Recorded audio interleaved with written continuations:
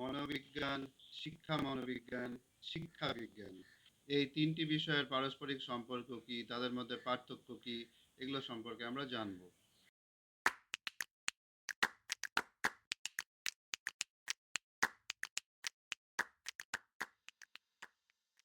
খুব সহজভাবে বলতে গেলে মনোবিজ্ঞান হচ্ছে সেই শাস্ত্র যে শাস্ত্র মানুষের মনের আচরণকে বিশ্লেষণ করে।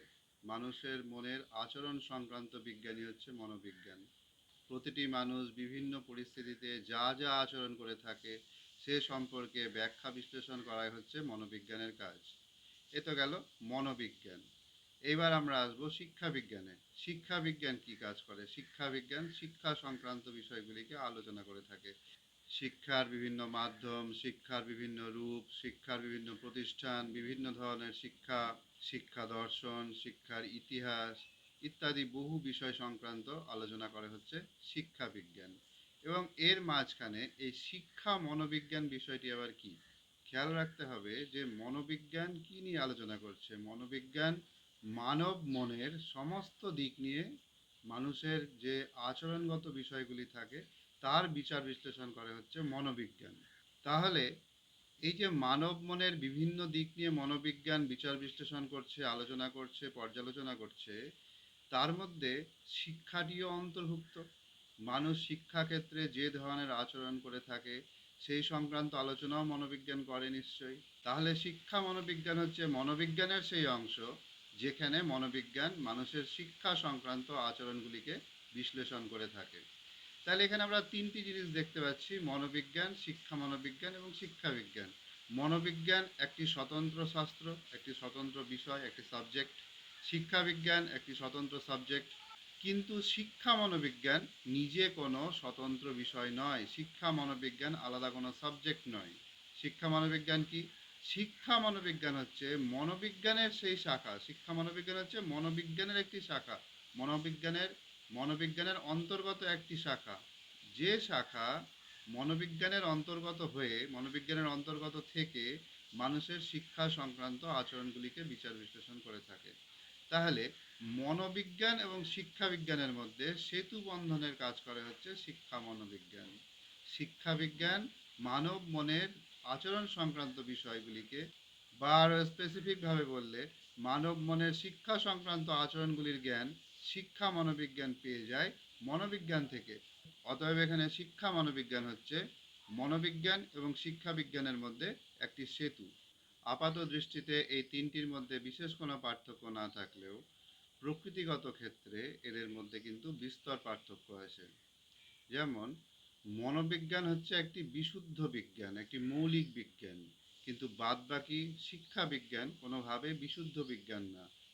এটি একটি সামাজিক বিজ্ঞান, বা বলা যায় একটি প্রায়োগিক বিজ্ঞান, প্রয়োগ করা হয়। এখন প্রশ্ন হচ্ছে, এই মনোবিজ্ঞানের জ্ঞান শিক্ষা বিজ্ঞানের কেন দরকার পড়ে? বিষয়টি খুব সহজ।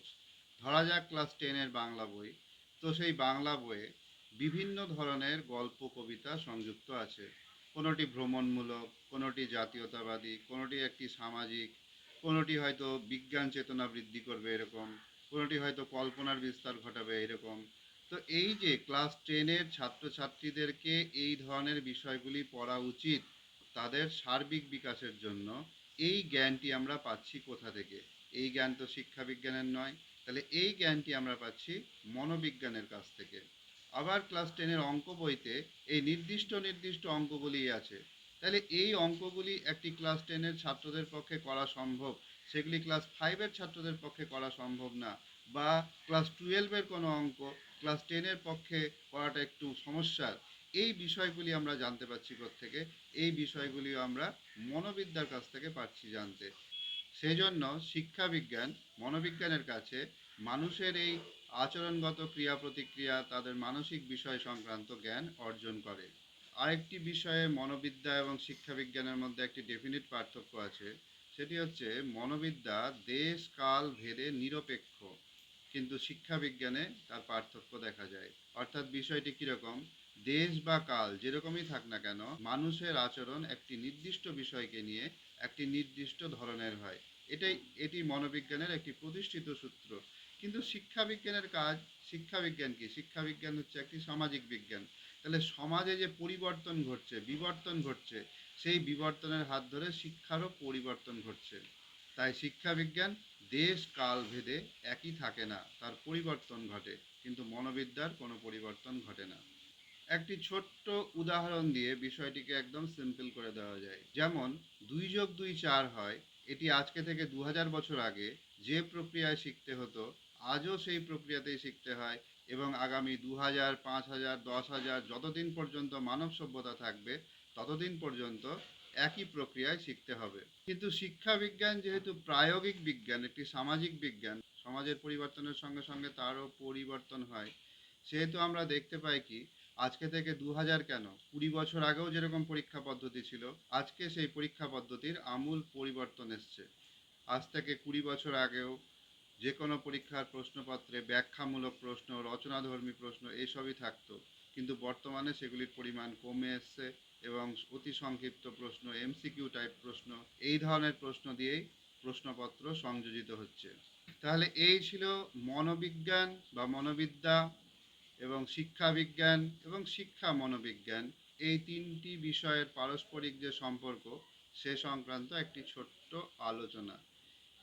এদের সম্পর্কে ডিটেলস ভিডিও আরও আসবে।